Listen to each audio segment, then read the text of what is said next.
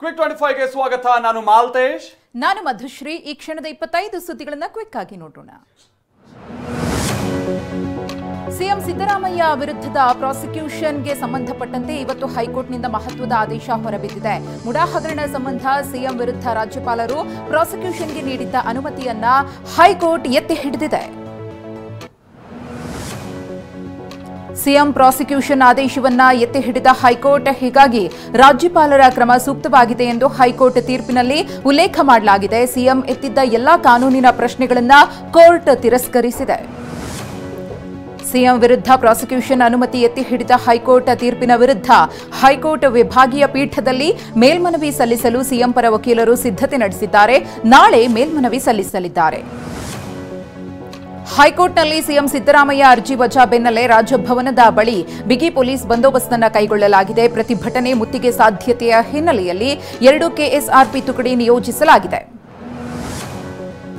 Court ಆದೇಶದ ಕುರಿತು ಪ್ರತಿಕ್ರಿಯಿಸಿದ ಡಿಸಿಎಂ ಡಿಕೆ ಶಿವಕುಮಾರ್, ಸಿಎಂ ಹಾಗೂ ಅವರ ಕುಟುಂಬದ ವಿರುದ್ಧ ಷಡ್ಯಂತ್ರ ಮಾಡಲಾಗಿದೆ ಎಂದರು.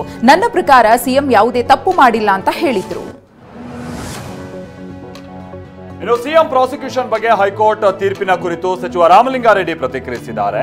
ಹೈಕೋರ್ಟ್ ತೀರ್ಪನ್ನ ನಾವು ಗೌರವಿಸ್ತೀವಿ, ಕಾನೂನು ಹೋರಾಟವನ್ನು ಮುಂದುವರಿಸ್ತೀವಿ ಅಂತ ಹೇಳಿದ್ದಾರೆ. ಮುಡಾ ಪ್ರಕರಣದಲ್ಲಿ ಸಿಎಂಗೆ ಹಿನ್ನಡೆ ಆಗಿಲ್ಲ ಅಂತ ಸಚಿವ ಸಂತೋಷ್ ಲಾಡ್ ಹೇಳಿದ್ದಾರೆ. ಇದು ಮುಡಾ ಕೇಸ್ ಕುರಿತಂತ ತೀರ್ಪಲ್ಲ, ಬರೀ ರಾಜ್ಯಪಾಲರ ಪ್ರಾಸಿಕ್ಯೂಷನ್ಗೆ ಸಂಬಂಧಪಟ್ಟ ಹಾಗಿನ ತೀರ್ಪು ಅಂತ ಹೇಳಿದ್ದಾರೆ. ಸಿಎಂ ವಿರುದ್ಧ ಪ್ರಾಸಿಕ್ಯೂಷನ್ಗೆ ರಾಜ್ಯಪಾಲರು ಅನುಮತಿಯನ್ನ ಕೊಟ್ಟಂತದ್ದು ಇದು ರಾಜಕೀಯವಾಗಿ ತೆಗೆದುಕೊಂಡಂತ ನಿರ್ಧಾರ ಅಂತ ಸಚಿವ ಕೃಷ್ಣ ಬೈರೇಗೌಡ ಹೇಳ್ತಾ ಇದ್ದಾರೆ. ರಾಜಕೀಯ ಪ್ರೇರಿತ ಅನ್ನೋ ಹೇಳಿಕೆಗೆ ನಾನು ಈಗಲೂ ಬದ್ಧ ಅಂತ ಹೇಳಿದ್ದಾರೆ.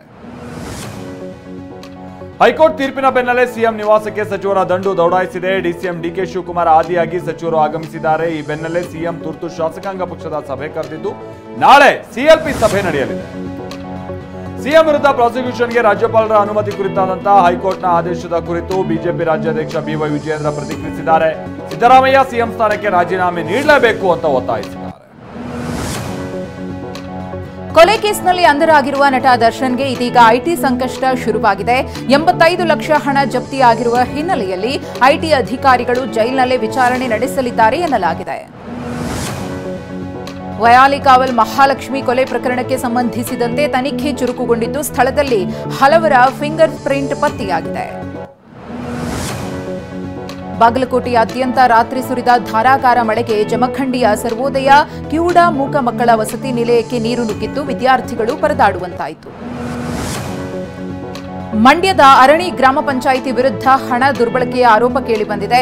ಅಧ್ಯಕ್ಷ ಮತ್ತು ಪಿಡಿಒ ವಿರುದ್ಧ ಕರ್ನಾಟಕ ದಲಿತ ಸಂಘರ್ಷ ಸಮಿತಿ ಕಾರ್ಯಕರ್ತರು ಪ್ರತಿಭಟಿಸಿದ್ದಾರೆ.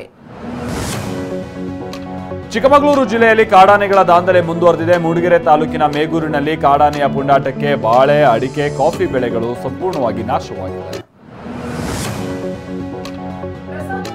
ವಿವಾದದ ನಡುವೆಯೇ ತಿರುಪತಿ ತಿಮ್ಮಪ್ಪನ ಸನ್ನಿಧಿಯಲ್ಲಿ ಬ್ರಹ್ಮೋತ್ಸವಕ್ಕೆ ಟಿಟಿಡಿ ಸಿದ್ಧತಾ ಕಾರ್ಯ ನಡೆಸ್ತಾ ಇದೆ. ಅಕ್ಟೋಬರ್ 4ರಿಂದ ಬ್ರಹ್ಮೋತ್ಸವ ಶುರುವಾಗಲಿದೆ. ಲಡ್ಡು ಪ್ರಸಾದದಲ್ಲಿ ಕಲಬೆರಕೆ ಪ್ರಕರಣಕ್ಕೆ ಸಂಬಂಧಿಸಿದಂತೆ ಡಿಸಿಎಂ ಪವನ್ ಕಲ್ಯಾಣ್ ಪ್ರಾಯಶ್ಚಿತ ದೀಕ್ಷೆ ಪಡೆದಿದ್ದಾರೆ. ಈ ವ್ರತದ ಭಾಗವಾಗಿ ಕನಕದುರ್ಗ ದೇಗುಲವನ್ನ ಶುದ್ಧೀಕರಿಸಿದ್ದಾರೆ. ಪಶ್ಚಿಮ ಬಂಗಾಳದ ಅಲಿಪುರ ದೂರ್ನ ನ್ಯೂ ಮೈನಗುರಿ ಬಳಿ ಗೂಡ್ಸ್ ರೈಲಿನ 5 ಬೋಗಿಗಳು ಹಳಿ ತಪ್ಪಿವೆ. ಘಟನೆಯಲ್ಲಿ ಯಾವುದೇ ಪ್ರಾಣಾಪಾಯ ವರದಿಯಾಗಿಲ್ಲ. ಬೈಕ್ನಲ್ಲಿ ಹೋಗುವಾಗ ಕೆಸರು ತಾಗಿದ್ದಕ್ಕೆ ಅವಮಾನ ಮಾಡಿದ್ದ ವಿದ್ಯಾರ್ಥಿನಿಯ ಮೇಲೆ ವ್ಯಕ್ತಿ ಮತ್ತು ಅವನ ಸ್ನೇಹಿತರು ಸಾಮೂಹಿಕವಾಗಿ ಅತ್ಯಾಚಾರವೆಸಗಿರುವ ಘಟನೆ ಮಧ್ಯಪ್ರದೇಶದ ರೇವಾದಲ್ಲಿ ನಡೆದಿದೆ. ಇಬ್ಬರನ್ನ ಈ ಪ್ರಕರಣ ಸಂಬಂಧ ಬಂಧಿಸಲಾಗಿದೆ.